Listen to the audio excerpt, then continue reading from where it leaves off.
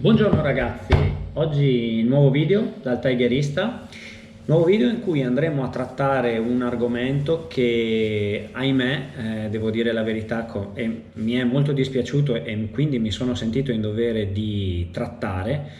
Esula dal discorso tecnico delle moto, andiamo a parlare di una situazione, come gestire una situazione di emergenza che si può creare per strada quando viaggiamo o da soli o in gruppo.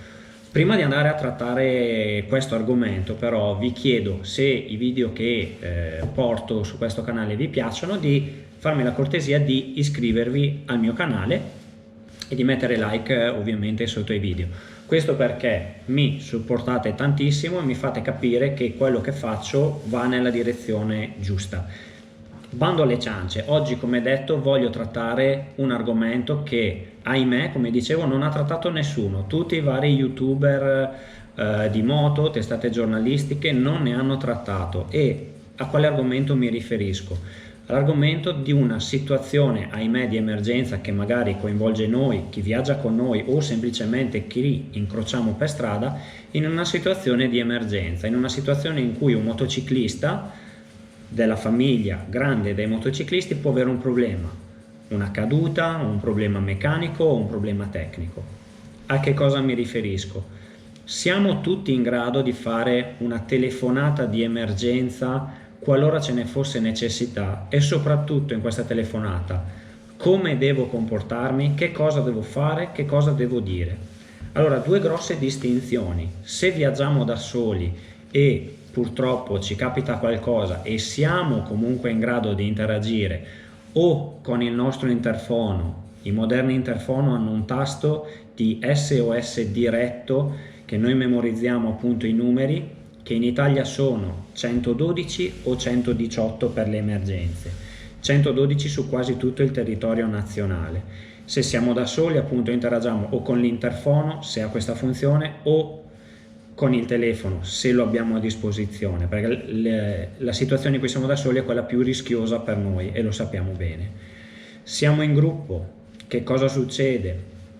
Subito, se siamo in più di una persona immediatamente chiama il 112, avendo cura con più calma possibile di dare una località corretta o di un'ubicazione corretta. Viaggiamo quasi tutti con un navigatore sulle nostre moto. Mi raccomando, pianifichiamo il viaggio, sappiamo dove siamo e quindi basta con calma dirlo.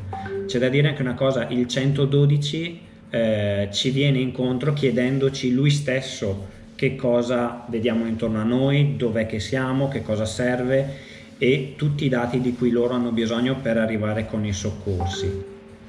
Se siamo in gruppo, come detto, una persona subito questo, e se siamo in due e l'altra persona ha una magagna, diciamo così, noi chiamiamo subito, dopodiché andiamo da lui. Questo è l'iter. Dopodiché andiamo da lui. Noi siamo partiti subito, di solito andiamo subito su chi cade, pensando di no, chiamiamo se vediamo ovviamente che è una caduta importante, e poi andiamo vicino a chi appunto ha avuto, è appunto vittima di questo.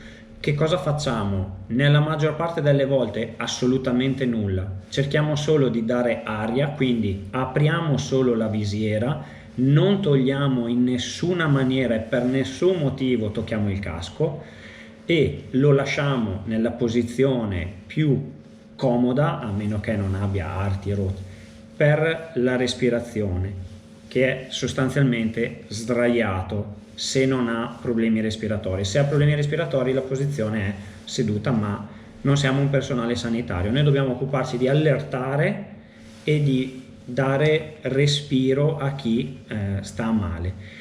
Ovviamente dico questo per le persone normali. Se uno è un personale medico sanitario sa già cosa fare come manovre, se c'è bisogno di chiedere coscienza o quant'altro. Noi possiamo, oltre che aprire appunto il casco, cercare di tranquillizzare il malcapitato, chiedergli come si chiama, quanti anni ha, che giorno è, che moto ha, che cosa stava facendo, al fine di capire, sempre anche per i soccorsi, se è cosciente o meno.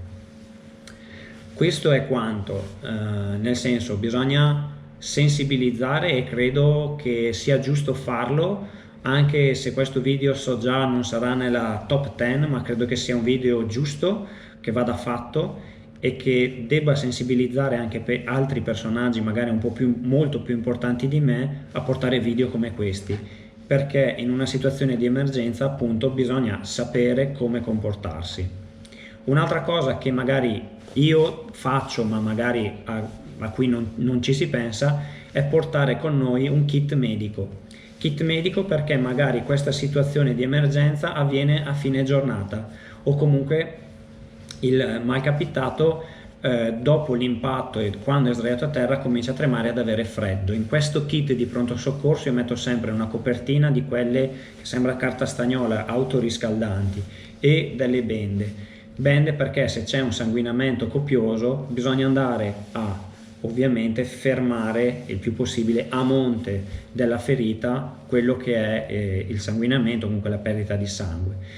Quindi questo è un paio di guanti sempre. Questo è quello che io vi consiglio. Sono consigli normali, basilari, ma che nessuno ha dato. Quindi mi sento di dirvi: chiamate il 112 o 118, state tranquilli, loro vi guidano nella telefonata, noi prendiamo semplicemente più dati possibili da quella situazione, come sta chi ha avuto l'incidente, piuttosto che dove sono e se il luogo in cui sono è raggiungibile facilmente dai mezzi di soccorso.